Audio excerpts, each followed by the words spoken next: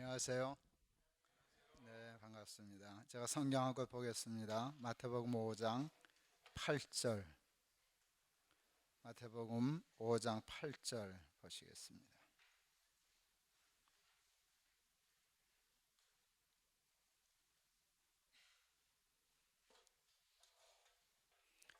마태복음 5장 8절 한 절만 보겠습니다. 마음이 청결한 자는 복이 있나니 그들이 하나님을 볼 것이며. 아멘. 이 모임에 제가 무슨 말씀을 하는 게 좋을까 이렇게 생각을 했어요.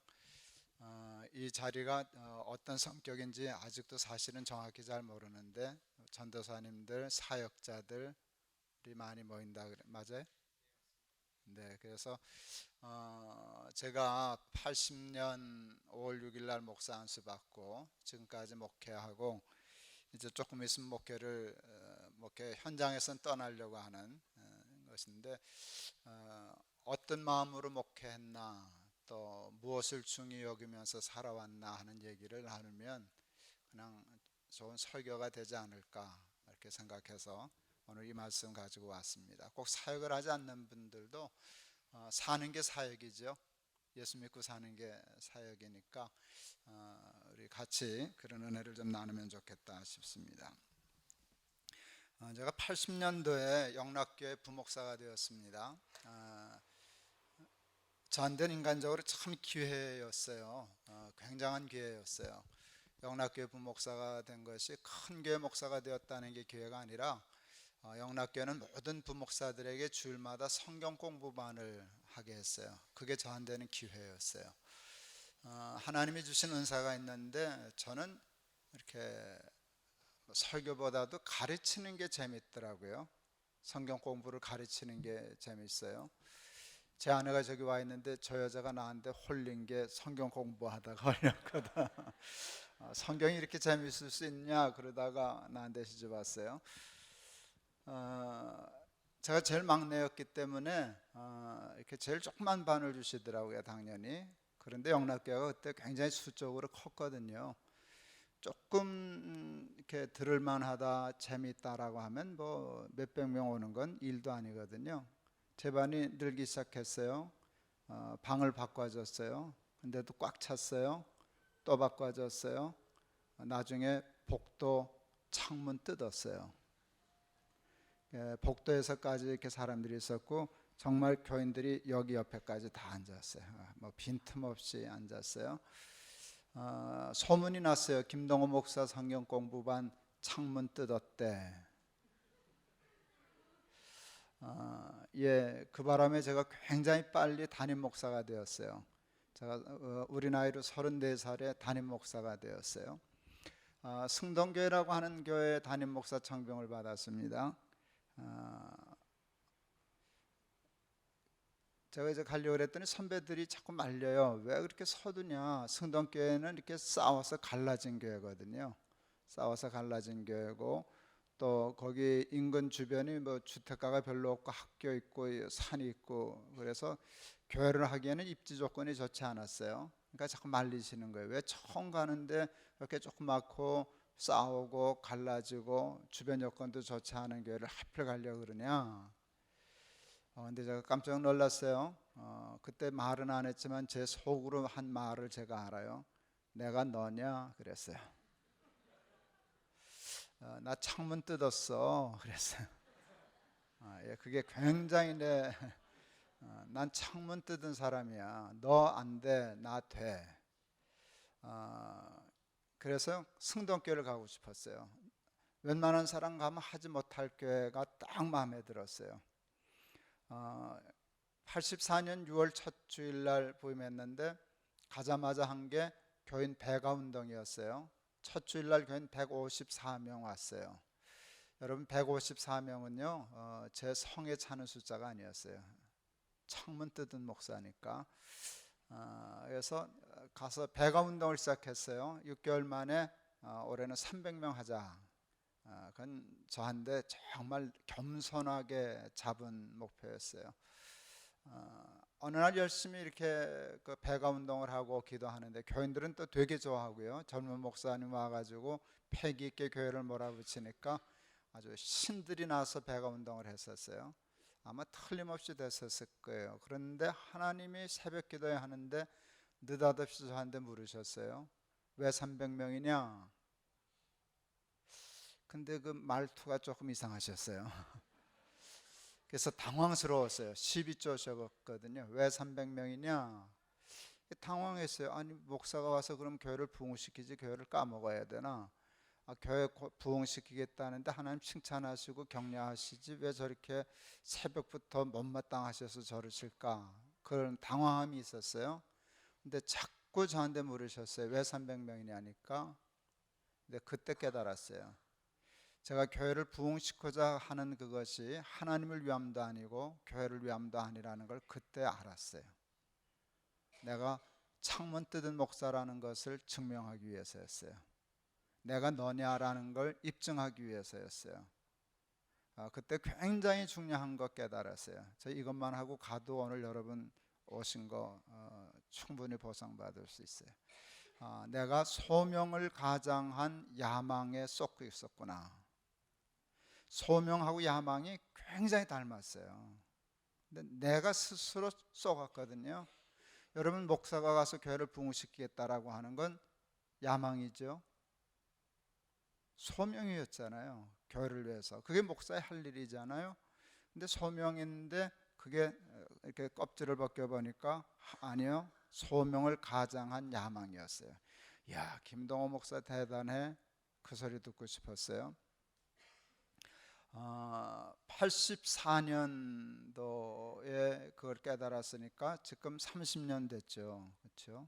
30년 된 거죠. 30년 동안 그것과 싸우네요. 늘 신경을 쓰지 않으면 언제나 소명이라고 그러는데 야망이에요. 하나님 얘기를 하는데 나를 얘기하는 거예요. 하나님을 높이는 게 아니라 은근히 나를 높이는 거예요. 제가 하나님 앞에 잘못했습니다. 그때 회개하고 그때 약속했어요. 평생 하나님 숫자 가지고 목회하지 않겠습니다. 내가 이 150명 행복하게 하는 목회하겠습니다. 그때 겸손해졌어요. 평생 150명만 목회해도 원망하지 않겠습니다. 이들 행복한 교인들 되게 하겠습니다 하고 교인들한테 가서 발표했어요. 그 배가운동 폐지한다고. 교인들이 깜짝 놀랐어요. 이유를 설명했어요. 이런 마음으로 내가 배가운동을 했기 때문에 이거 하면 안 된다고. 난 그러면 하나님이 기특해서 그냥 300명 주실 줄 알았어요. 그리고 솔직히 300명 만드는 거 아주 건방진 얘기지만 그때 분위기로 그렇게 어려운 일 아니었어요. 근데 하나님은 안 주시더라고요. 진짜로 300명, 그건 신기한 일이었어요. 300명 안 되더라고요. 그래서 정말 숫자를 잊어버렸어요. 그리고 나름 열심히 새 마음으로 목회를 했어요. 그랬더니 굉장히 중요한 큰 상을 제가 받았어요. 목회 첫 번에. 여러분 사역을 하거나 특히 목회하시는 분은 각오하셔야 돼요. 어느 교회를 가거나 천적이 있어요. 목회자에게는. 아직 혼나보질 않으셔가지고 천적이 있어요. 승동교회 첫 재직회 하는 날 천적이 발톱을 드러내셨어요. 나다 하고. 어느 신문사의 기자셨는데요. 앉는 자세도 삐딱하고요. 빈정거리고요. 그만합시다. 이제 끝내십시다. 이러고 그래서 솔직히 저런 인간이 다 있나 이렇게 생각했어요. 그리고 저 인간이 내 천적이구나 이제 각오했어요. 한 1년 목회 제가 300명을 포기하고 다시는 썩지 않겠다. 소명을 가장한 야망에 썩지 않겠다 생각하고 나름 열심히 1년 목회했어요. 교인은 300명 되지 않았어요. 근데 놀라운 일이 일어났어요. 여주에 남선교회가 지원하는 그 개척교회가 있었는데 6월 6일 날 공휴일 날 그 교회를 신방 가는 일이었어요. 남선교회원들이 같이 가다가 어떤 휴게소에서 이제 커피 한 잔 마시는데 그 천적이 나한테 커피를 들고 왔어요. 그러면서 그러셨어요. 목사님, 저는 예수는 믿어도 사람은 안 변한다고 생각했습니다. 근데 제가 틀렸습니다. 목사님, 사람이 변합디다. 아무개 집사도 변했습니다. 아무개 집사도 변했습니다. 한참을 꼽더니 이렇게 얘기하셨어요. 정말 중요한 건 목사님, 제가 변했다는 겁니다. 죽고 싶었어요. 그러면 목회 다 한 거지 뭐. 자기가 변했다는데, 제가 목사하는 목회 현장에서 사람이 변했다는데 그러면 다 된 거죠. 저는 목사만 주의 종이라는 생각이 전혀 없는 사람입니다. 모든 직업이 다 성직이라고 정말로 생각하는 사람입니다. 그런데 그 어른 신문기자 관두고 결국 목사 되셨어요. 뭐 목사가 됐으니까 그건 아닌데 하여간 달라졌으니까 목사하겠다 그랬겠죠. 그러니까 숫자를 버리니까 하나님이 사람을 주셨어요. 듣기는 편하시죠? 잘 이해되시죠? 은혜도 되실걸요? 그러나 은혜가 된다고 이게 만만하게 되리라고 얕잡아 보시면 안 됩니다. 평생 싸워도 그게 참 어렵습니다. 사탄이 선악과 따먹고 범죄하게 할 때 한 말은 딱 하나거든요. 선악과 따먹으면 누가 주인이 되리라? 내가 주인이 되리라. 내가 주인이 되리라. 이게 죄거든요. 이게 우리의 죄성이거든요. 나를 하나님 자리에 올려놓으려고 하는 거, 이거는 우리의 원죄, 피 속에 있는 거거든요. 정신 바짝 차리고 싸우지 않으면 자기도 모르는 사이에 하나님 자리가 앉아 있거든요. 제가 목회하면서 가지고 있는 목회 철학은 하나예요. 하나님이 주인이시다. 하나님만이 주인이셔야 한다 하는 것이에요. 제가 97년도 생사를 건 개혁이라는 책을 썼어요. 제가 시카고 맥코믹 신학교에서 목회학 박사과정을 할 때인데 마지막 논문을 쓸 때였어요. 제가 논문을 쓰고 싶은 게 있었어요. 다시 말하면 하나님이 제게 쓰게 하시고 싶어하는 주제가 있었어요. 한마디로 얘기하면 교회 개혁이었어요. 쓸 수 있었어요. 다 정리가 되어 있었으니까. 제가 조금만 까불다 갈게요. 제가 신학대학 졸업할 때 이래봬도 논문상 받았거든요. 논문 쓰는 거 저한테 잘 맞는 일 중에 하나예요. 그건 어렵지 않았는데 쓸 수도 있고 쓸 것도 있었어요. 근데 그게 하필 교회 개혁이었어요. 교회 개혁이 뭔지 다 알고 있었어요. 근데 못 썼어요. 왜? 그거 쓰고는 목회를 할 수가 없었어요. 왜냐하면 그 내용은 저만 받은 게 아니라 꽤 여러분이 받았고 용기 있게 그것을 얘기했던 선배들이 이미 있었어요. 그분들 다 교회에서 목회 자리 잃었어요. 무서웠어요. 그 뭐라 그러죠? 하여간 기존 무슨 보수 세력들, 수구 세력들이 밀어 제끼는데 무서웠어요. 그래서 논문 못 썼어요. 그리고 제가 양심이 거슬려서 포기했어요. 박사과정.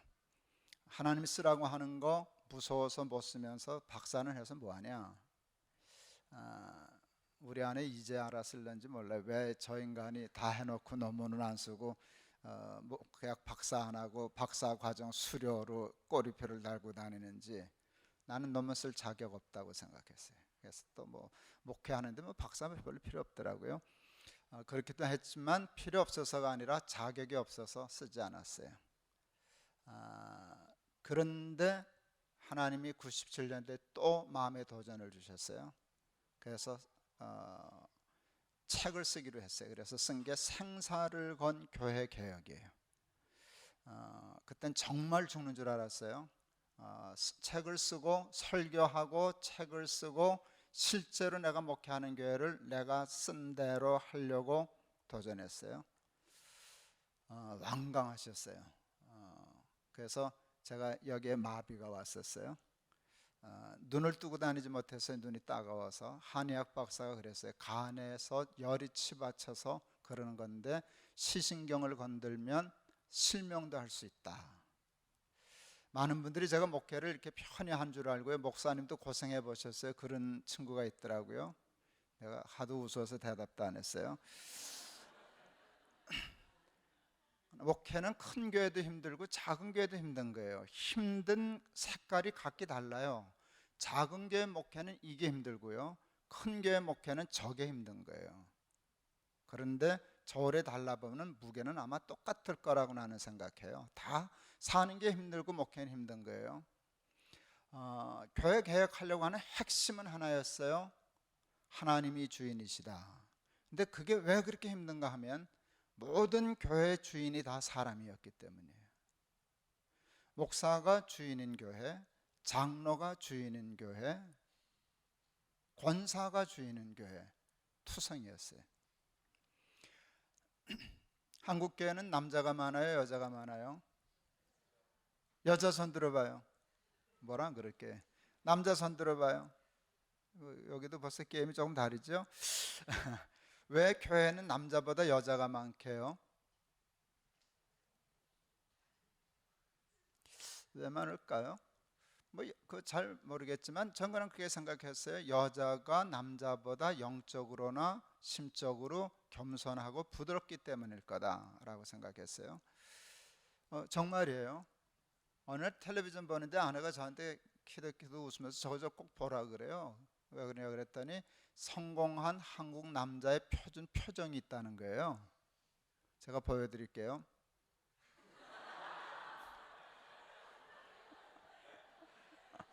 그러면서 하는 말이 당신 꼭 닮았다고. 남자들이 좀 뻣뻣하거든요. 전 강하다는 생각이 있는데 이게 예수 믿는데 별로 도움이 되질 않아요. 물과 은혜는 밑으로 흐르거든요. 부드러워야 하거든요. 근데 그런 면에서 여자가 태생적으로 유리한 것 같아요. 그러나 여자가 많은 이유는 그것뿐만은 아니에요. 조금 비판적으로 생각해 봐야 할 것이 있어요. 교회가 여자에게 상당히 매력적인 사회 집단이기 때문이에요. 여러분 남자 여자가 평등합니까 안 합니까? 지금 남자는 가만히 있고 여자만 대답해 보세요. 평등해요 안 해요? 우리 사회가 이민 사회가 한국 교회가 이민 교회가 남녀가 평등합니까 안 합니까? 예, 나도 안 하다고 동의해요. 평등하지 않다고. 그래도 옛날보다는 예? 비교도 안 돼. 지금 여자가 대통령인데요. 여자가 대통령이라고 해서 평등하다 생각은 안 하지만 그래도 많이 좋아졌죠. 저희 동기 목사님 중에 연동교회 목사님이 계셔요. 저하고 동기시고 영락교회에서 같이 목회하다가 그분이 연동교회로 갔어요. 100년 넘은 교회예요. 어느 날 만나서 점심 먹는데 웃기는 얘기를 했어요. 80년 전에 교족부가 있어서 한번 쭉 이렇게 역사를 읽는 셈을 봤더니 80년 전에는 여자 이름이 없더라 그래요. 이씨, 박씨, 수원댁. 수원에 여자가 그 여자 하나뿐이냐? 그래서 그래서 웃었어요. 그땐 여자 이름이 없었어요. 아세요? 그 마태복음에 예수님 족보에도 여자 이름이 숫자도 안 들고 그랬던 것처럼 한국도 여자는 이름이 없었어요. 그런데 요즘은 이름 있어요, 없어요? 있어도 소용없다는 걸 아세요? 여자는 보편적으로 여자는 이름으로 불려주는 일이 많지 않아요. 그냥 누구 딸, 시집가면 누구 아내, 결혼하면 누구 엄마, 손잡으면 누구 할머니, 누구의 뭐로 불리지 자기 혼자의 이름으로 얘기하는 법이 없어요. 제 후배 목사 아내 중에 유명한 CCM 가수가 있어요. 송정미. 송정미 아시죠? 어느 콘서트 하는데 이렇게 썼어요. 송정미 3호 콘서트. 내가 뭐라 그랬어? 네가 왜 3호냐? 3호는 부를 때 호칭으로 쓰는 것이지 이렇게 명칭으로 쓸 수 있는 언어가 아니야.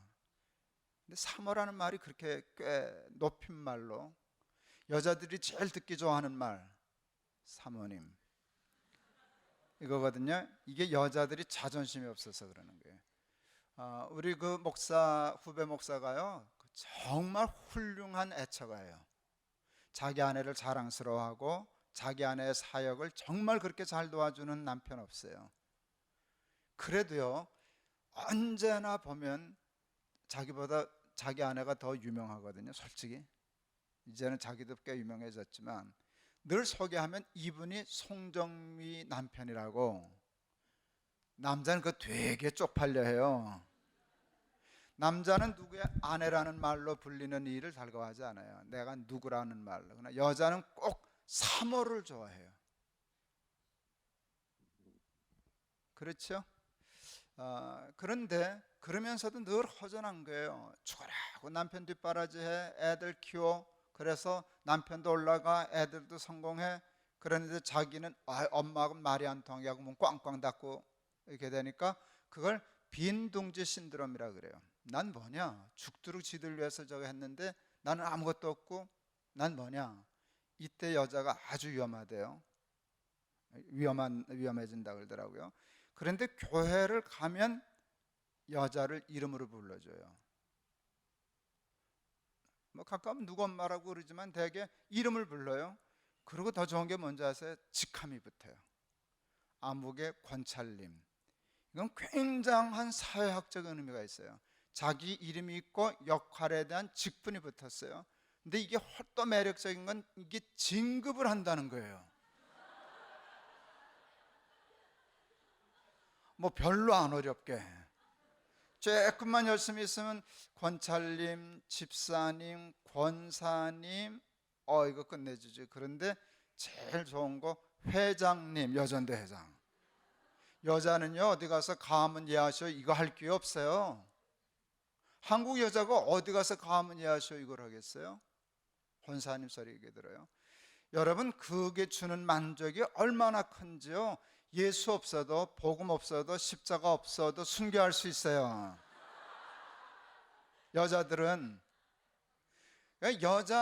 여자들 하간 교회 열심히죠. 왜? 최초로 자기를 인정해 준 집단이니까. 근데 남자도 마찬가지예요. 처음에 이민 사회에서 그런 현상을 제가 찾아내는데 한국도 결국은 마찬가지더라고요. 지금 이민 오시고 유학 온 분들도 다 똑똑하지만 여러분 제 세대에 유학 오고 이민 온 사람들은 진짜 똑똑하신 분들이에요. 그때 어리버리하면 오지 못했어요. 저 같은 사람 여기 안 온 게 못 왔지. 못 오잖아요. 다 서울의 한국교회보다 소위 말하는 스카이 대학 출신 비율이 제 때는 이민교회가 훨씬 많아요.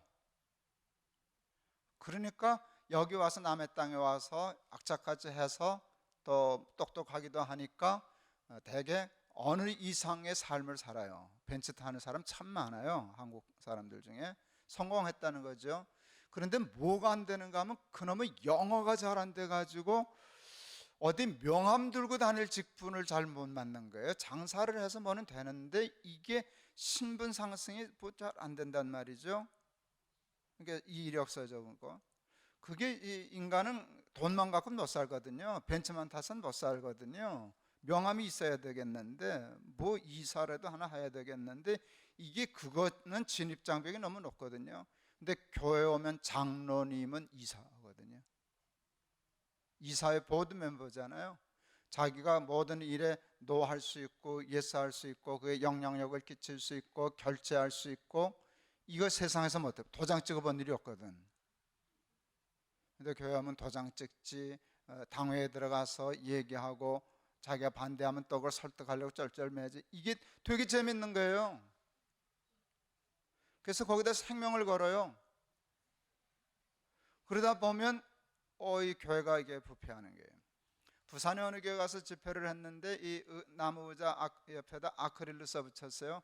당회원석. 제가 설교하다 시비 붙었어요. 이 교회는 예배 시간에 당회하십니까? 그랬어요.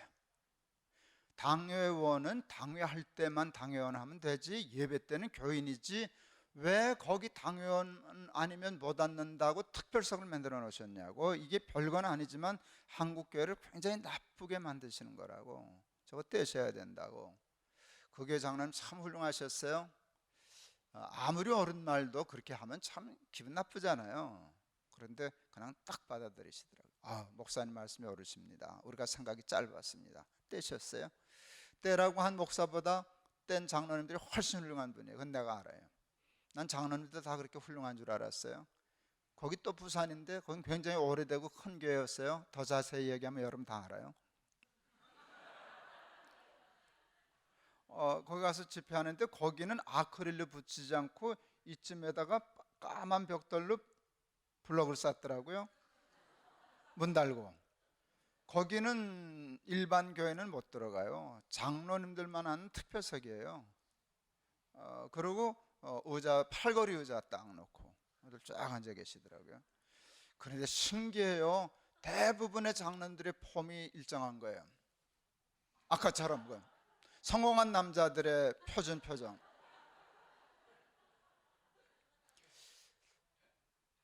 아까 얘기했지만 은혜와 물은 밑으로 흐르지 절대로 위로 흐르지 않아요.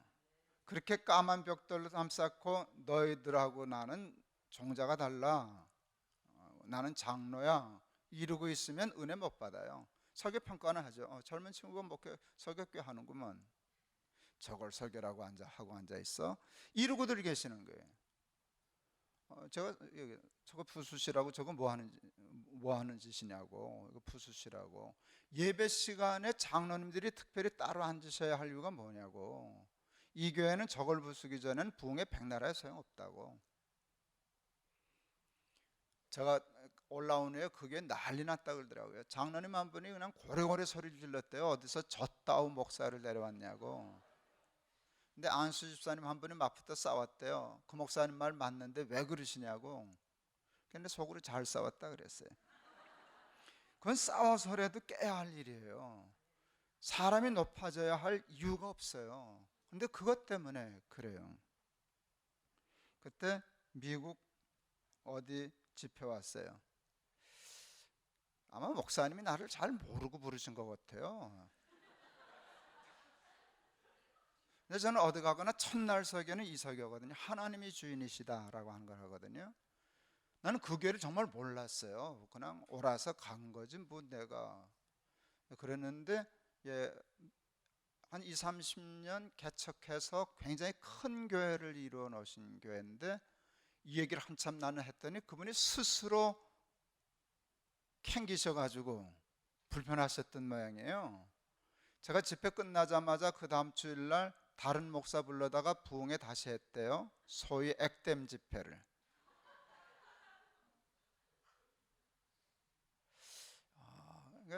한국 교회 모든 교회가 그래요. 까딱 잘못하면 목사가 힘이 세면 목사가 주인인 교회예요. 장로들이 기가 세면 장로가 주인인 교회를 해요. 하나님은 어디가 계실 틈이 없어요. 제가 코스타를 열심히 다니는데 그 코스타의 유명한 강사님 중에 박수홍 장로님이라고 계셔요. 아시는 청년들 꽤 있을 거예요. 마취과 의사인데 정말 훌륭하셔요. 코스타 가서는 자기 강의하는데 코스타 가면은 내가 강의할 때도 있지만 남이 강의할 때도 가서 다 듣거든요. 그게 굉장히 저한테 유익하거든요. 근데 맨 앞에서 듣는데 우스갯소리를 꺼내요. 어느 날 집사 하나 하고 장로 하나 하고 목사하고 천당을 갔다는 거예요. 말씀하시는 꼴이 장로는 자기고 목사는 나라는 것 같아요. 집사가 어느 한 사람이 들어갔더니 하나님이 그냥 너무 좋아서 그냥 펄쩍펄쩍 뛰시고 안아주시더래요. 뭐 집사 하나 왔는데 저러실까? 나 장로 들어가시면 하나님 경기 하시겠네 하고 은근히 기대하고 들어갔는데 아까 그 집사만큼 환영이 없더래요. 섭섭했대요. 근데 내가 들어오더래요. 또 저 김 목사는 또 어쩌실래나 했더니 저건 어떻게 여길 다 왔나 신기하게 생각하시더래요. 그러더니 마지막에 김 목사 너 왔냐? 그리고 의자에서 일어나지도 않으시더래요. 아까 와서 막 끌어안고 그랬는데. 그래서 궁금해서 물었대요. 그쵸? 김 목사 왔을 땐 왜 일어나지도 않으셨어요? 그랬더니 하나님이 그러셨다네요. 저 자식은 내가 자리에서 일어나기만 하면 자꾸 내 자리를 빼들어 앉아가지고 난 무서워서 못 일어나. 그래서 에이 장로 못다 먹었다 그랬는데요. 저는 그거 잊혀지지 않아요. 그거 잊혀지지 않아요. 정말 그러시겠다. 하나님 나 무서워서 밤낮 의자 들고 도망 다니시겠다. 뺏길까 봐. 예. 교회 개혁을 하면서 목사, 우리 원로 목사 하지 말자 그랬어요. 여러분, 목사에게 원로 목사는 굉장한 프리미엄이에요. 아셔요? 죽을 때까지 월급 주겠다는 건데, 은퇴했는데도 불구하고 거기에 뭔가 역할과 위치와 자리를 주겠다는 건데, 세상에 그렇게 좋은 게 어디 있어요? 그런데 그게 교회도 좋으냐라고 할 때 좋은 부분이 이만큼 있어요. 근데 그거 빼면 좋은 거 저는 별로 없다고 생각해요. 은퇴했으면 잊혀져야지. 은퇴했으면 떠나야지. 그래요. 제가 성경을 읽다가 도무지 이해가 안 가는 게 아니라 하나님이 섭섭한 말씀이 있었어요. 모세를 느보산에 가서 죽으라는 거예요. 하나님이. 깜짝 놀랐어요. 이게 내가 믿는 하나님 맞아? 어떻게 하나님하고 내가 의리 따질 근본은 아니지만, 야, 하나님 의리 되게 없다. 누가 간다는 걸 갔냐? 안 가겠다는 걸 하나님 고집고집 부려가지고 애굽에 보내서 죽을 고생하고, 그것만 고생했냐? 그 말 안 듣는 인간들을 수십만씩 끌고 40년을 광야에서 고생했는데 훈장 달아서 가나안에 들여보내야지, 뭐 반석 2번 쳤다고 째째하게 꼬투리 잡으셔가지고 넌 느보산에 가서 죽어. 이게 영 이해가 안 가는 거예요. 하나님이. 내가 그때 사자성어를 하는 생각났죠. 토사구팽. 토사구팽 혹시 뜻 모르는 분이 있으세요? 나도 최근에 알았으니까. 그게 그거라더군요. 사냥꾼이 사냥개 데리고 사냥하다가 이제 사냥감이 없어지면 개를 삶아 먹는 거를, 자기를 위해서 충성되게 쫓아다니면서 일했던 개를 삶아 먹는 걸 토사구팽, 팽이 삶는다는 뜻이더라고요. 그래서 하나님이 모세를 팽하셨구먼 그랬어요. 네, 그래서 되게 섭섭했어요. 남의 일인데 되게 섭섭했어요. 그런데 생각했어요. 하나님이 나한테 그러시면 난 어떡할까? 나도 올라가야지 어떡하겠어. 하나님이 올라가라는데 느보산에. 올라가기는 가겠지만 내 표정을 알겠어요. 주둥이가 대빨 나와야 돼. 말도 안 하고 화딱 지나가서 툴툴툴 뭐. 그러고 올라가서 죽었을 거예요. 칵 죽었을 거예요. 그런데 모세는 입이 안 나왔어요. 성경을 보니까. 어떻게 뭘 보면 아는가 하면은요, 입이 나오면 절대로 할 수 없는 게 있어요. 축복. 나온 주둥이로 축복할 수는 없어요. 마음이 다 뭐 응어리진 게 없고 섭섭한 게 없고 그럴 때 축복이 되는 거거든요. 근데 모세가 느보산에 올라갈 때 한 일이 축복이더라고요. 이스라엘 백성들 12지파를 다 불러가지고, 그 말이나 듣던 인간이라면 이해가 가요. 지질이 속색이 든 인간들 다 불러서 축복하고, 더 중요한 건 여호수아를 세우고, 이젠 여호수아가 너희들의 지도자야 세워주고 축복하고 자기는 올라가서 죽었어요.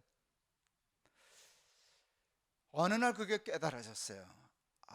이게 하나님이 모세를 사랑하시고 보호하신 거구나. 제가 가상을 했어요. 모세가 가나안에 들어갔더라면 어떤 일들이 일어났을까? 별로 어렵지 않았어요. 그것을 예상하는 일은. 사람은요, 나이가 들수록 옛날 공을 자랑하는 게 있어요. 내가 어쩌고 저쩌고, 홍해를 건널 때 어쩌고 저쩌고, 여호수아는 얘는 뭐 별것도 아니었는데, 이런 헛된 소리 하면은 이제 그걸 노망한다 그래요. 험한 표현이지만 똥 싸고 뭉개시는 거예요. 그러면 그 모든 공이 다 망하는 거예요. 하나님이 우리의 모세의 연약함을 아니까 너 그냥 깨끗이 올라가 죽어. 근데 모세가 그걸 알았던 것 같아요. 그냥 축복하고 올라가서 죽었어요. 결과 어떻게 됐나? 모세의 모든 공은 다 살았어요. 하나도 잃어버리지 않았어요. 이 하나님의 수와 생각이 우리의 수와 생각과 다른 거예요. 그거 깨달았어요. 그래서 기도했어요. 하나님, 나도 느보산에서 죽는 모세가 되게 해 주시옵소서. 그래서 저희는 정관을 만들었어요. 아예 원로라고 하는 제도를 못하게, 원로 하지 못하게. 그랬어요. 장로님들은 6년만 하고 못하게, 담임제로. 왜요? 열심히 하다가 충성하다가 착각하시더라고 사람들이. 난 그래서 교회 열심히 하는 사람들이 무서워요. 또 뭘 달라 그러실까? 뭘 깔고 앉으실까? 6년마다 사람을 바꾸는 일은 쓸만하면 바꾸고 쓸만하면 바꾸는 거거든요. 근데 그게 훨씬 안전해요. 우리 교회는 장로님들 힘 못 써요. 6년하고는 잘리니까. 권사님도 마찬가지예요. 집사님, 당신 아니어도 할 사람 많단 말이에요. 나 아니어도 할 사람 많다 그 말이죠. 괜히 열심 부린답시고 하다가 이게 교회가 누구 건지도 모르고 지 건지를 알고 좌지우지하고 큰 소리 지르고 노망하면 죽도록 충성한 거 다 끝난다 그 말이죠. 그게 저희 교회 정무관이에요. 제가 2007년도 안식년을 했는데 시애틀을 거쳐서 남가주 사랑의 집회 끝나고 귀국을 했어요. 시애틀 형제교회 집회를 하는데 그 교회에서 굉장히 좋은 얘기를 들었어요. 김포의 어느 큰 교회 목사님이 시애틀 와서 안식년을 하셨는데 이분이 1년 동안 그 형제교회를 다니셨대요. 근데 자기가 목사라는 걸 밝히지 않으셨어요. 교회가 이분이 목사인 걸 모르고 하도 열심히 잘 나오길래 집사 임명을 했대요.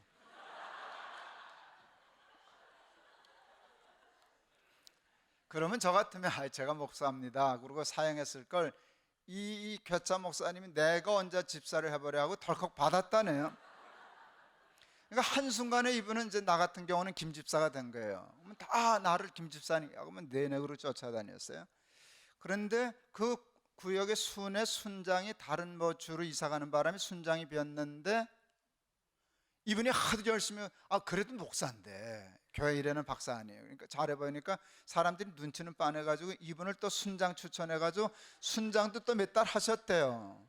근데 1년이라는 시간이 그렇게 길지 않잖아요. 금방 돌아갈 시간이 되니까 도망갈 수는 없고 야반도주 할 수는 없고 그때 이실직고를 하셨대. 제가 사실은 교회 목사인데요, 안식년 왔었는데 집사 한번 해보고 싶어서 그랬습니다.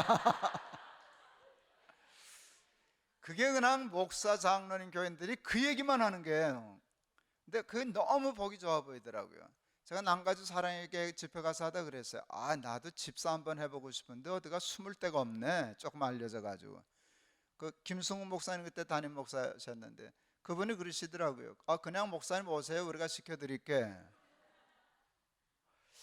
우리는 모든 직분을 계급으로 알아요. 사역을 하나님을 위해 한다 그러면서 자기의 명예와 감투와 권력의 상승을 위해서 이용하는 때가 참 많아요. 이게 주객이 전도된 거예요. 주객이 전도된 거예요. 전 참 좋은 스승을 만나는 복을 받았어요. 저를 키워주신 목사님이 계시는데 임택진 목사님이라는 어른이셔요. 이분이 한국교회 정년제도를 도입하신 분이에요. 목사 장로의 정년제도는 그분의 제안에서 나왔어요. 65세 안을 냈는데 총회가 그 은퇴 정년이 있는 거 좋다라고 받아들이면서 그래도 65세는 너무 짧지 않냐 해서 세운 게 70세 정년이에요. 근데 목사님은 자기가 발의한 거라고 그냥 65세 됐었더니 칼같이 잘라서 은퇴를 하시더라고요. 제가 은퇴식 사회를 부목사로서 해드리고 저도 그 다음 주일날 영락교회를 갔어요. 은퇴식 사회를 하는데요, 축사도 있고 다 했는데 나중에 답사하는 시간이 있었어요. 23년 죽도록 충성하고 은퇴하는 목사님의 은퇴사 10초. 명한대로 행하였다고 종에게 살해하겠느냐? 우리는 다 무익한 종이라 마땅히 할 일을 한 것뿐이니이다 할지니라. 무익한 종은 물러갑니다. 그동안 감사했습니다. 소름이 쫙 돋았어요. 와, 근사하다, 끝내준다 생각했어요. 제가 그때 사회하면서 생각했어요. 내가 이 다음에 은퇴하면 나도 저렇게 하고 끝낼 거야. 근데 최근에 와서 은퇴식도 안 하는 게 좋을 것 같다. 꽤 훌륭하게 목회하시고 은퇴하시는 분들의 은퇴 예배를 가보면 그 예배만큼은 주인공이 하나님이 아니시더라고요. 어쨌든 식을 하든 예배를 하든 다 그 은퇴하는 목사님의 모든 것에 포커스가 맞춰 있고 칭송이 돌아가지. 그래서 그것도 후퇴할 필요 없다 하는 생각이 강하게 들어요. 근데 그 생각을 하게 한 건 우리 교회 장로님들이에요. 우리 교회는 6년하고는 끝이잖아요. 그래서 그 섭섭해서 은퇴식 해드리려고 그랬어요. 그랬더니 당신들이 안 하겠다 그래서, 그냥 목사님 그 무슨 식을 합니까? 그냥 하다 끝났으면 끝난 거지, 그냥 발표하고 위하여 한번 기도만 해 주십시오. 또 중요한 게 그 6년 은퇴하고 한 분을 뭐라고 불러야 하는지가 모르겠어요. 선례가 잘 없으니까 뭐 사역 장로라 그럴까, 은퇴 장로라 그럴까 그랬는데, 은퇴 장로라는 말이 조금 웃긴 것이, 우리는 40대 초반에 장로된 분이 있었어요. 은퇴했는데 아직 50 안 됐어요. 아니 50도 안 된 젊은 사람에게 은퇴 장로, 이게 좀 불편했어요. 뭐 사역 장로라 그럴까 그랬는데, 장로님들이 기막힌 한을 가져왔어요. 거기다 뭐 지저분하게 붙이지 말고요, 그냥 시무장로, 장로라고만 구별하시죠. 장로라고 그냥 부르기만 하시면 되지 거기다 뭘 갖다 붙이지 말자고, 식도 하지 말자고. 우리 장로님들 끝내주죠. 예, 우리는 뭘 자꾸 갖다 붙여요. 원로, 공로, 명예, 은퇴. 한변 해병은 영원한 해병이거든. 그런데 그 김포의 목사님이 끝내주지 않아요. 목사니까 그냥 은퇴해도 목사죠. 그러나 뭐 거기다 꼭 자리 틀고 앉아서 그럴 필요 없어요. 그냥 충성하고 마땅히 할 일을 한 것뿐입니다 하고 깨끗이 떠나고, 또 후배 와서 열심히 목회하고 자기는 교인으로 돌아가고, 그런 삶을 살아야 교회가 건강해지지 않을까요? 여러분이 무슨 사역을 하시는지는 모르지만 사역을 잘하면 사탄이 여러분을 높여주실 거예요. 물론 하나님도 높이시지만 사탄이 자꾸 여러분을 높일 거예요. 그리고 이렇게 돌게 만들 거예요. 헛된 영광 얻게 할 거예요. 그리고 왜 열심히 하나? 내 명예를 위하여, 내 자랑을 위하여, 내 만족을 위하여. 그렇게 하면 그냥 백약이 무효예요. 하나님이 주인이시다. 먹든지 마시든지 무엇을 하든지 다 하나님의 영광을 위하여 하자. 세 번째, 제가 목회하면서 깨달은 중요한 것, 그리고 그것 때문에 수지 맞은 것이 있어요. 그것은 하나님 먼저 나 나중. 그 선교단체 중에 조이가 있죠. 조이가 아마 그 모토를 가지고 있죠. 첫째 하나님, 둘째 무목사님, 이웃, 셋째가 나죠.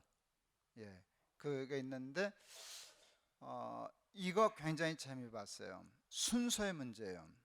누가 먼저냐라고 하는 거예요.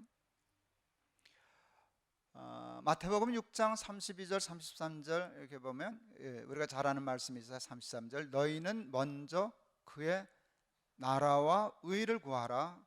그리하면 이 모든 것을 너희에게 더하여 주시리라. 이거잖아요. 근데 사탄이 예수님 시험할 때 보면 40일을 굶은 예수님에게 돌로 먼저 떡을 만들어 먹으라는 시험을 해요. 이게 마태복음 6장 33절 엎은 거거든요. 먹고 하라는 건 사탄의 얘기고, 하고 먹으라는 건 예수님의 말씀이에요. 먼저 하나님이 먼저라는 거예요. 중국 대학이라고 하는 책에 제가 굉장히 좋아하는 글이 있어요. 만물에는 근본적인 것과 지엽적인 것이 있나니 곧 먼저 할 것과 나중 할 것이라. 사람이 먼저 할 것과 나중 할 것을 바로 알면 도에 가까우니라. 순서가 굉장히 중요하다는 거예요. 그런데 근본이 앞서면 지엽은 따라와요. 그런데 지엽이 근본을 앞서면 근본은 지엽을 따를 수 없어요. 논어에 이런 글이 있어요. 군자 유어의, 소인 유어이. 군자는 매사를 생각할 때 의를 생각하는데, 소인배는 밤낮 이익을 따져. 이익부터 따지는 사람은요, 의를 이룰 수 없어요. 의가 밥 먹여주느냐? 그래요. 아무리 이익이 생겨도 손해가 나면 안 해요. 아무리 불의한 일이라도 이익이 나면 해요. 이익이 앞서면 의는 죽어요. 근데 의가 앞서면 이익은 붙어요.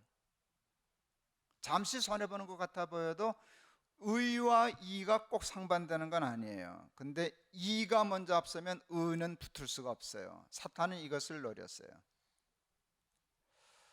언제나 내가 먼저예요.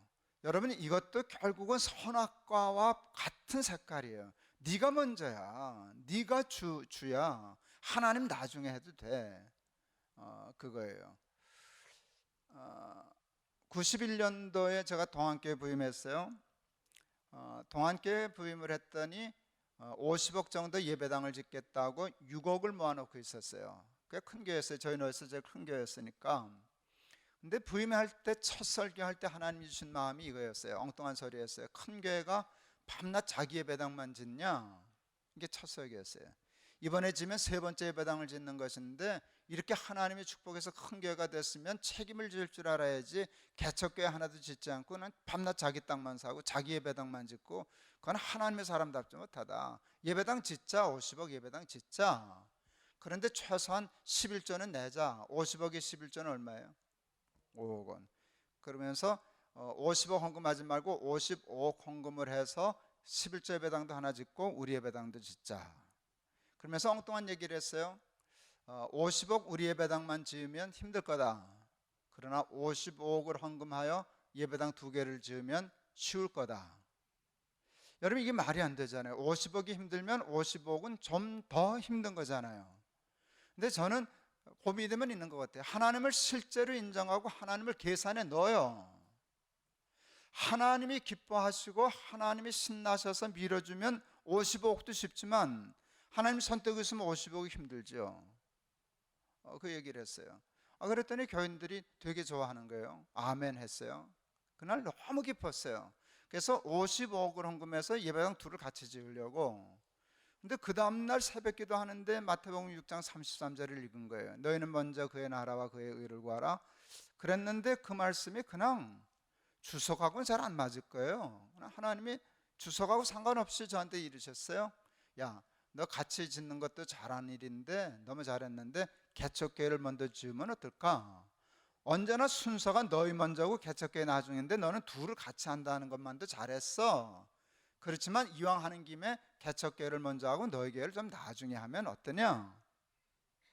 그래서 그냥 그 다음 주일로 설교했어요. 먼저 할 일. 그래가지고 내가 지난주에 같이 할 일 그랬더니 하나님이 먼저 할 일이라 그러시더라. 그래서 우리 아직 예배당 있으니까 개척교회 먼저 짓고 우리 하자. 그랬더니 또 아멘 했어요. 그래서 결국 그대로 했어요. 6억 원을 개척교회 갖다 줬어요. 그리고 우리는 그것 때문에 3년 늦게 예배당을 지었어요. 그게 일산 동안교회예요. 그렇게 해서 건축 예배당 땅 사서 예배당 지어서 목사 1년 생활비 보장해드리고 해서 교회를 세웠는데, 이 교회가 1년 만에 출석교회는 500명이 넘었어요. 그리고 1년 되는 날 기념으로 헌금해서 1억 원을 동안교회 건축하라고 보내줬어요. 그때 황홀했어요. 내가 너무 좋아하니까 친구가 그러더라고요. 6억 주고 1억 받았는데 뭐가 좋으냐? 그래서 너도 받아봐라 얼마나 좋은가 그래서. 결국 그 다음에 우리 교회 지었어요. 동안교회. 근데 100억 예배당 지었어요. 더하여 주시리라는 말을 그냥 하나님은 추상적으로 하지 아니하시고 50억을 100억으로, 너무 미신적으로 얘기한다 그랬지만 그건 사실이었어요. 그런데 더 중요한 게 있어요. 2배 큰 예배당을 받은 게 중요한 게 아니라 2배 큰 예배당을 2배 쉽게 지었다는 게 또 의미가 있어요. 왜 그랬나? 우리보다 먼저 그 일을 하는 바람에 우리 예배당이 3년 늦어졌어요. 건축이. 그 3년 동안 하나님이 교회에 부흥을 주셨어요. 재정이 4배 늘었어요. 여러분 산수 되시죠? 재정은 4배 늘었는데 건축은 2배밖에 안 늘었으니까 2배 큰 예배당 2배 쉽게 지었다는 계산은 되죠? 정말로 그랬어요.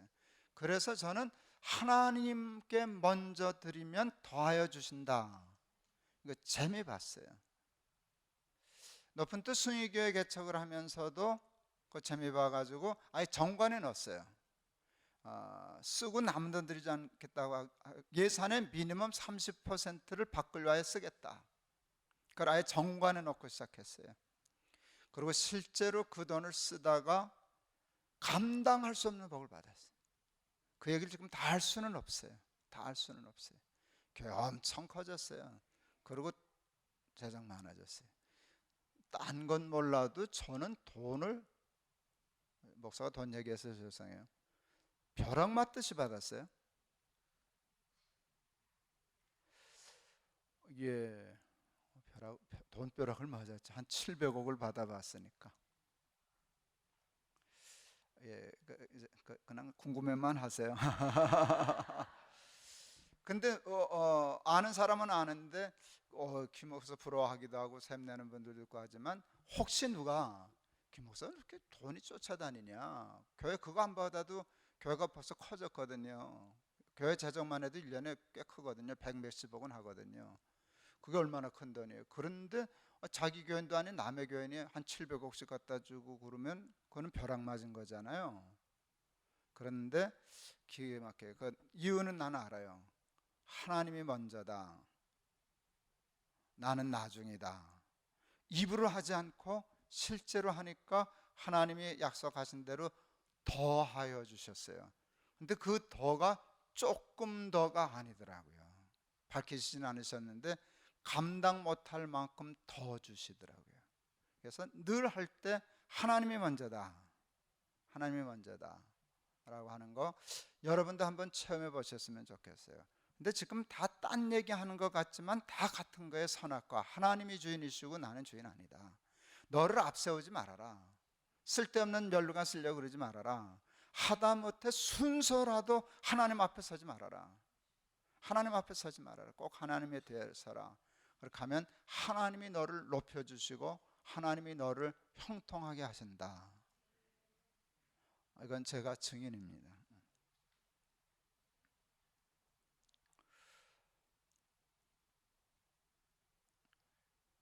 우리 교인들한테 제가 별명이 하나 있어요. 세계에서 돈 얘기 제일 잘하는 목사. 저는 교인들 절대로 내버려 두지 않아요. 하다못해 애들도 내버려 두지 않아요. 제가 한 3년 전에 북한에 급히 쌀을 사보내야 하는 일이 발생했어요.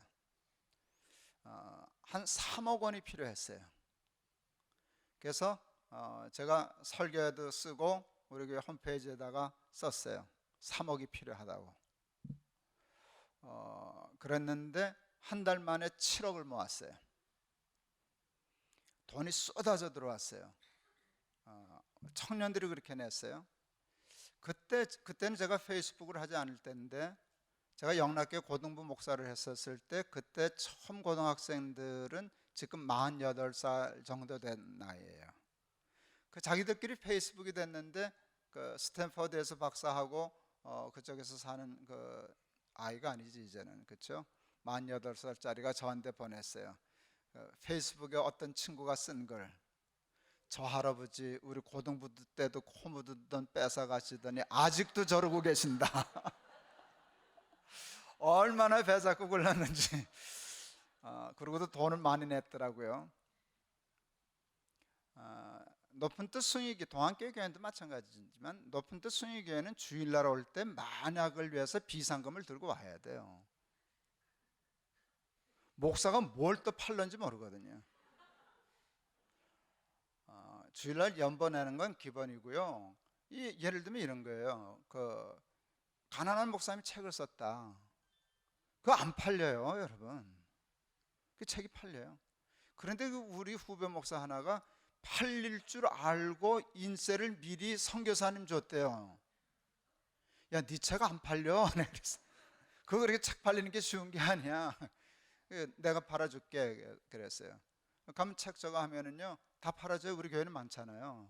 몇천 명 되니까 뭐 한 주일에 책 한 2,000권 파는 건 어렵지 않아요. 담임 목사 관가면 되게 사거든요. 근데 예를 들면 7,000원짜리 7,000원 저거 하면은 또 한 30% 할인해 줘요. 근데 우리는 절대로 책을 할인해서 파는 법이 없어요. 교회에서 파는 책은. 여러분 특별히 오늘은 할증해서 10,000원을 받겠습니다. 그걸 언제 거슬러 주고 있어요? 그 잔돈도 모자라고 그냥 10,000원 내고 가져가고 10,000원 내고 가져가고.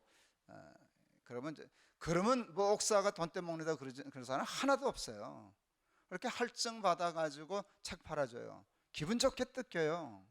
기분 좋게 뜯겨요. 뭐 CCM 가수들 찬양 음반 내면 그거 안 팔리잖아요. 가져오나 또 팔아줘요. 이거 해서 찬양하는 사람들이 이것 때문에 밥 걱정 안 하고 해야 이게 사역이 발전하는 거라고 사들. 내가 말은 잘하거든요. 그렇게 하면 그때는 홀려가지고 다 사요. 뭐 그 안동인가 목사님이 장애우들 데리고 새싹 농장을 하는데 이게 안 팔렸어. 가져오라고. 난 파는 건 선수니까. 우리 TV에서 요리 강습하는 권사님이 아예 새싹 요리법을 레시피를 딱 만들어가지고 켜가지고 다 팔았죠. 뭐 매줄 팔았죠. 그러니까 교인들은 언제 뭘 뜯길지 모르니까 그냥 나가면 미안하니까 이렇게 예를 들면 얼마나 돈을 잘 뜯나. 뭐 기도원, 그것도 열심히 하죠. 기도원 그 헌금하는 거 있잖아요. 내가 광고할 때가 헌금 제일 많아요. 영락교회 때도 그랬고 언제나 우리가 1등이에요. 왜요? 나갈 때 주머니에서 꺼내려면 듣습니다. 밀려서 나가면 못 냅니다. 그러니까 나갈 때 돈을 꺼내서 주머니에 들고 나가다가 내십시오. 저는 헌금을 참 중요하게 생각했어요. 여러분들 사역하는 여러분들에게도 그거 강조하고 싶어요. 사역의 기본은 헌신이에요. 헌신이에요. 근데 헌신의 출발은 헌금이에요. 찬양 사역 하시는 분들 한번 손 들어보세요. 뭐 그렇게 많지는 않네. 그래요? 예. 찬양 사역자들 잘못하면 헌금할 타이밍을 놓치기 쉬워요.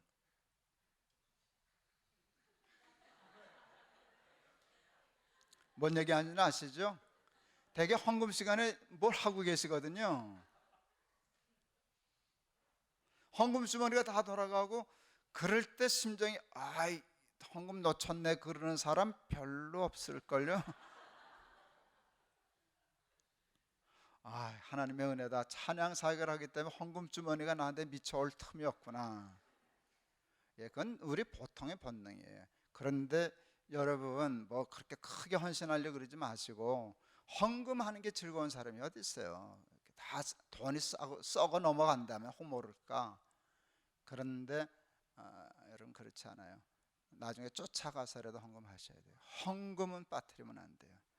그게 돈은 누구나 힘든 거거든요.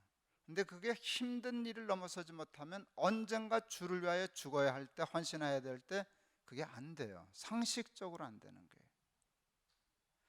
저는 헌금 훈련을 어머니로부터 참 잘 받았어요. 저희는 가난했는데요. 가난해서 저는 종이돈으로 용돈 받은 적 없어요. 근데 저는 동전으로 연받돈 한 적 없어요. 그래서 작은 돈은 내가 쓰는 거고 큰 돈은 하나님을 위하여 쓴다는 것이 너무너무 감사하게도 그냥 자동으로 들어왔어요. 그것 때문에 참 복 많이 받았어요. 헌금 훈련 무섭게 했어요. 물론 처음엔 11조에서 시작해요. 근데 그냥 죄송합니다. 17조까지 해봤어요. 워싱턴, 제가 이제 내일 워싱턴 가려고 그러는데 워싱턴에 갔더니 어느 후배 목사님이 그래요. 목사님 11조 굉장히 설교 많이 하시죠. 그럼 미국에 예수 잘 믿는 청년들 11조 되게 잘해요. 잘하는 애들 많아요. 근데 걔네들 11조는 정말 무서워요. 무섭다니. 걔네들은 11조 서원을 한대요. 하나님 연봉 10만 불까지는 11조를 드리겠습니다. 연봉 15만 불이 되면 10의 1.5조를 드리겠습니다. 20만 불이 넘으면 12, 뭔 얘기인지 아시죠? 그래서 19조까지 딱 해놓고 사인한대요. 그리고 지키는 애들이 많대요. 제가 그 얘기를 듣고 귀국에서 집에 들어가기 전에 문방구에서 금전 출납부 사가지고 들어갔어요. 계산기하고. 그리고 그날부터 지금까지 금전 출납부를 써요. 여러분 세상에 금전 출납부 쓰는 목사 보셨어요? 지금 보고 계십니다. 접니다. 11년째 쓰고 있습니다. 교회에서 생활비가 나오거나 어디 강사부를 받거나 책 인세가 나오거나 하다못해 통장에 있는 돈에 이자가 몇 푼 붙어도 뭐 하여간 다 씁니다. 거기다 썼어요. 저는 원로 목사 안 하기로 했으니까 제가 노후에 살 수 있는 준비가 있어야 돼요. 하나님 앞에 저는 뭐 그렇게 구태여 가난하려고 그럴 마음이 없었어요. 하나님 45평 아파트는 주세요. 그건 이미 주셨어요. 차 좋은 거 타고 싶은데요. 제니시스. 제가 핑계가 좋지만 저 당뇨가 오래돼 가지고 안식년 와서 골프 미국에서 배웠어요. 너무 재밌고 또 나한테 좋아요. 그래서 골프 치게 해주세요. 한국에서도. 손녀딸들 이쁜데 용돈 주고 싶을 때 언제나 용돈 주게 해주세요. 은퇴 후에도 하나님 친구 만나면 신발끈 묶지 않게 해주세요. 내가 언제나 점심 살 수 있게. 여러분, 그게 목사로서 쉽지 않아요. 그건 정말 특권층 목사 하나 가능한 거예요. 저는 근데 그만큼 할 수 있는 수입의 몇 배가 생기는 목사예요.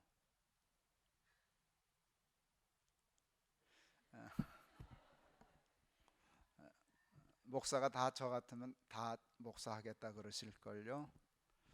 하여간 엄청 생겨요. 근데 하나님 앞에 약속했어요. 나 필요한 것만 쓰겠습니다. 욕심 안 부리겠습니다. 그래서 아예 그 추상적으로 얘기하면 안 되니까 한 달에 얼마가 생기면 얼마 헌금하고 얼마 생기면 얼마 헌금하고 하는 표를 만들어 드렸었어요. 첫 해 헌금 그 표대로 하니까 45%를 헌금하고 55% 정도를 내가 썼어요. 둘째 해는 51%를 헌금하고 49%를 내 가지고 썼어요.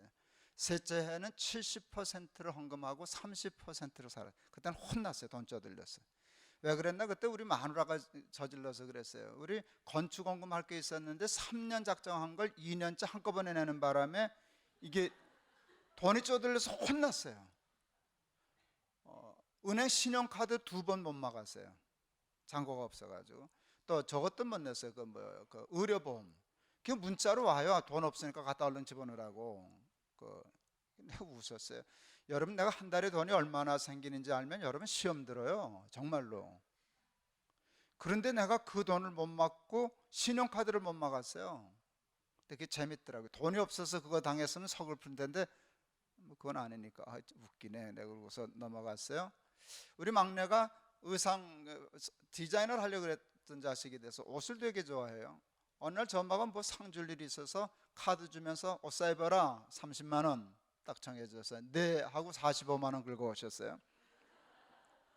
욕 많이 먹었죠. 근데 이 자식 기분이 너무 좋은 거예요. 욕은 한 번이고 옷은 몇 달 입으니까.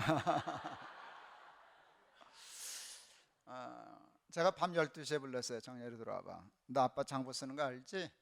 보여줬어요. 기겁을 했어요. 아버지 수입이 많은 줄은 짐작했지만 설마 이렇게 많으신 줄은 몰랐습니다. 아버지가 돈을 원칙을 가지고 쓴다는 걸 알았지만 이렇게 고집 부리시는 줄도 몰랐습니다. 제가 얘기했어요. 너 여기 보면 다 그게 장부를 쓰면요 돈이 정확해요. 1년에 몇 퍼센트 썼는 것도 알고 어디 썼는 것도 다 분석할 수 있잖아요. 하여간 작년에 너 엄마가 한꺼번에 건축원금 내는 바람에 70 썼으니까 70%가 나가서 30% 가지고 썼어. 그때 돈이 좀 쪼들렸어요. 너 30만 원은 그냥 줄 수 있지만 15만 원 더 쓰면 아버지 다음 달 쪼들려. 조금은 뻥을 쳤지만 사실이었어요. 거의. 얘가 기겁을 했어요. 천하의 자기 아버지가 15만 원 더 썼다고 힘들 줄은 몰랐죠. 감동받으셔가지고 그 다음날 나하고 똑같은 금전출납부를 사오시더라고요. 자기도 그렇게 하겠다고. 하긴 뭘 해, 며칠 하다 관뒀지. 근데 관둘 수밖에 없으면 지금 수입이 있어야 쓸 게 있어야 쓰지. 한 줄 쓰면 끝인데 뭐지까지 쓸 게 없으니까 포기를 했어요. 그런데 그렇게 헌금 훈련은 무섭게 했어요. 드리는 헌금 지금도 그거 씨름해요. 내가 얼마 하면 되는가? 그 다음엔 욕심 안 부린다. 저희 아버지가 주고 가신 집이 있어요. 그걸 팔아서 땅을 샀는데 그게 저한테는 큰 돈이 됐어요. 소위 재산이 되었어요. 예, 우리 집 재산도 다 따지면 몇십억은 될걸요. 목사가 예. 근데 우리 집 식구가 여섯일 때 제가 6분의 1씩 다 나눴어요. 6분의 1은 우리 어머니 거, 6분의 1은 우리 마누라 거, 6분의 1은 큰아들 거, 6분의 1은 내 거, 이런 식으로. 그게 가족이라고 생각했어요. 애들한테 발표했어요. 애들 되게 좋아하셨어요. 근데 어느 날 새벽기도 때 새벽기도 때 하나님 앞에 그런 그 대화 많이 했었어요. 하나님이 느닷없이 저한테 그러셨어요. 난 말귀를 못 알아들었어요? 예? 그랬더니 아버지라면 예. 그래서 정말로 모든 계산을 7분의 1로 다 바꿨어요. 하나님 몫을 빼드렸잖아요. 그래서 7분의 1씩 다 바꿨어요. 제가 이걸 우리 교회에서 설교했어요. 우리 교회도 부자들 많아요. 몇십억짜리 아파트에서 사는 부자들이 어느 날 저한테 왔어요. 그거 괜찮은데요. 솔직히 유산 자녀에게 주지 말라면 우리 순종 못합니다. 그런데 하나님께 n분의 1 하나님 몫을 드리라. 그거 너무 좋습니다. 그리고 작년에 두 분인가는 유서서서 공개유언장 죽으면 재산의 절반을 하나님께 드리겠다. 3분의 1 드리겠다. 이제 그랬어요. 내가 어느 날 당회하다 그랬어요. 왜들 안 죽지? 그걸 죽어야 쓰겠는데 이 인간들 죽지를 않잖아. 그랬더니 장로님이 배 잡고 부르는 거예요. 우리 목사 보라고 유산 쓰고 싶어가지고 빨리 죽으라고 저런다고. 근데 가만 생각하면 내가 그건 농담이지만 지나친 일이죠. 그걸 받아 쓰려고 죽으라 그럴 수는 없잖아요. 그래서 꾀를 냈어요. 장로님, 그 죽은 다음에 내지 말고 내고 죽으면 안 될까? 그건 상당히 설득력 있는 말이에요. 그 죽은 다음에 자식이 낼지 안 낼지 어떻게 알아? 하나님 앞에 드려야 할 몫을 정해놓고 남은 시간 신나게 쓰다가 죽자고. 거기엔 슬슬 걸려드는 사람들이 많아요. 그래서 제가 700억까지 받았다 그랬잖아요. 예. 그러니까 남의 돈을 뺐으니 내 돈도 내야죠.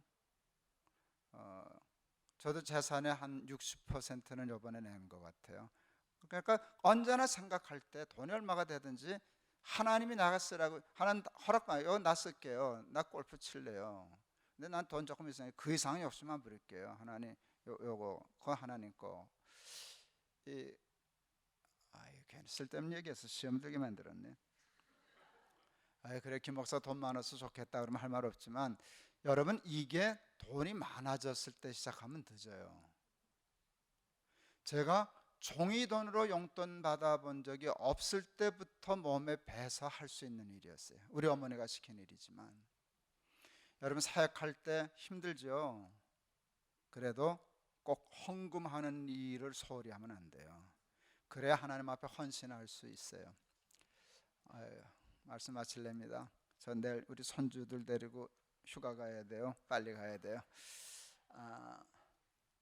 이게 말은 쉬운데 결국은 나를 부인하는 거잖아요.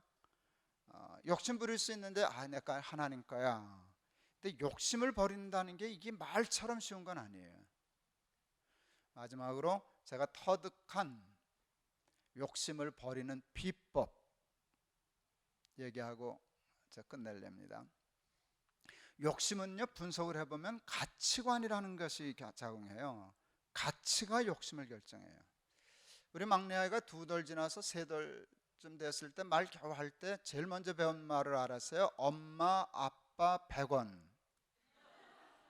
100원 달라는 말을 3번째쯤 배우더라고요. 형들 때문에 100원을 가치를 배웠어요. 어느 날 신방 가는데 이 자식이 100원 통행세 내라고 그러는 거예요. 100원을 주려고 했더니 100원짜리가 없어요. 500원짜리가 하나 있어서 이 자식 수지 맞았네 하고 500원을 줬어요. 문제가 생겼어요. 이게 생전 처음 보는 돈이라 돈 같기도 하고 아닌 것 같기도 하고 여기다 올려놓고 돈 받다 날 받다 자꾸 이래요. 그래서 내가 웃었어요. 웃는 바람에 이 자식이 확신해서 장난이다. 아버지가 나한테 장난치는 거다. 500원짜리를 내 던지더니 100원 그러더라고요. 100원 달라는데 500원짜리를 줬는데 내 편가치고 100원 그러니까 할 말이 없잖아요. 우리 큰아들 올라오더니 뭐 굴러가나 500원, 뭐 달라나 100원. 답답하니까 길길이 뛰시더라고. 야 청렬하고 500원인데 100원짜리 5개인데 암만 얘기하니 이 친구 알아들어요? 100원 달라고 뗐으지. 지금 걔가 벌써 둘이나 아비가 됐네요. 지금도 모를까요? 지금 몰라도 예쁠까요? 지금은 500원도 우습게 여겨서 그랬는데 여러분 뭘 얘기하려고 그런가 하면 500원의 가치를 아는 사람은 100원을 포기할 수 있어요. 그러나 500원의 가치를 모르는 사람은 절대로 100원에 대한 집착에서 벗어날 수 없어요. 예수님이 니고데모에게 말씀하셨어요. 사람이 물과 성령으로 거듭나지 아니하면 하나님 나라를 볼 수 없느니라. 하나님 나라를 본다는 게 굉장히 중요해요. 하나님 나라와 그 가치를 보면 순식간에 배설물 같은 세상의 가치는 욕심이 없어지는 거예요. 하찮은 거니까. 하찮은 거니까. 500원을 받는데 100원은 그냥 너 가져 그러면 되는 거죠. 사도 바울이 예수 그리스도를 아는 지식이 가장 고상함을 인하여 세상의 모든 자랑을 다 배설물로 여겼다 그랬잖아요. 물과 성령으로 거듭나면 그게 된대요. 그래서 사실은 성령으로 거듭남이 정말 중요한 거예요. 그래서 하나님 나라를 보는 게 중요해요. 그렇게 하면은요 제법 욕심 버릴 수 있어요. 자리 내 거 아닌데, 내 거 아닌데, 돈 내 거 아닌데, 내가 맡은 관리자인데, 청직인데 하나님 어디 쓰시기로 원하세요? 그게 정말 될 수 있어요. 문제는 성령 받기가 쉬울까요, 어려울까요? 존말로 할 때 대답해요. 성령 받기가 쉬울까요, 어려울까요? 쉬워요. 이게 쏙는 거예요. 절대로 쉬워요. 왜요? 왜 절대로 쉬운가? 하나님이 제일 우리에게 주고 싶어 하는 게 성령이기 때문에 그래요. 구하라 찾으라 두드리라의 누가복음 버전에 이게 되어 있어요. 구하는 자에게 아버지께서 성령을 선물로 주시지 않겠느냐. 뭘 구해도 다 줄 거야. 근데 내심 야 성령도 좀 구해라 그거예요. 저는 아직도 방언을 못해요. 어느 목사는 뭐 방언 못하면 개라 그랬다는데 나는 개지 뭐. 전 방언 못해요. 그건 뭐 불편하지가 않으니까. 뭐 방언 못한다고 목회 못하는 게 아니대요. 난 딴 거 뭐 받았겠지 뭐. 이게 방언 성령의 은사도 다 성격과 비슷해서 이렇게 분류가 돼요. 저 사람 이과구나 하는데 우리 아들들은 다 제과예요. 그래서 어느 날 그래서 넌 방언밖에 틀려 어려워 아빠하고 넌 비슷하니까 제 말이 딱 맞았어요. 우리 큰 아들이 수련회를 갔는데 그 전도사가 서울대 출신인데 신앙이 순복음이에요. 뭔 짓을 했는지 애들이 다 방언이 터졌어요. 한 놈만 빼놓고. 그 한 놈이 누구겠어요? 당연히 우리 아들놈이죠. 내가 그 분별력은 넌 안 돼. 아빠가 안 됐으니까. 근데 우리 아들놈이 나하고 다른 건 뭔가 하면 나는 그냥 포기해요. 뭐 성령 방언 못 받는다고 뭐 그냥 포기하는데 우리 애는 그걸 안 돼. 다 받았는데 왜 저희를 안 주냐는 거예요. 아무 말 안 하고 다 애들 잘 올라간 틈에 옥상에 기어 올라가셨어요. 그리고 뒹굴어서 내놓으시라고. 이게 뭔 짓이냐고. 쪽팔리게 달라고. 하나님이 주셨지 뭐예요. 그래서 내가 깨달았어요. 방언 성령 받기 쉽다. 한 바퀴만 구르면 된다. 근데 왜 못 받는가 하면 한 바퀴로 안 굴러서 그래요. 병 나면 돈 떨어지면 사업 어려우면 아이 학교 가게 되면 뭐 철야 금식 별걸 다 하는데 성령 받기를 위해서 우리 그렇게 사모하지 않잖아요. 근데 여러분 하나님 나에게도 성령을 주십시오. 거듭난 가치관을 갖게 해주십시오. 그래서 뭐가 소중한지 뭐가 하찮은 것인지를 분별할 수 있게 해주십시오. 그래서 언제나 하나님이 먼저이실 수 있게 해주십시오. 언제나 하나님이 주인이실 수 있게 해주십시오. 그렇게 되면은요 하나님 우리에게 자녀의 권세도 주시고요 또 하나님이 모든 것을 더하여도 주시고요 땅에 쌓을 것이 없도록 쏟아붓는 복도 주실 줄을 믿습니다. 그런 믿음으로 신앙생활하고 그런 믿음으로 사역하시는 저와 여러분 다 될 수 있기를 바랍니다. 기도하겠습니다.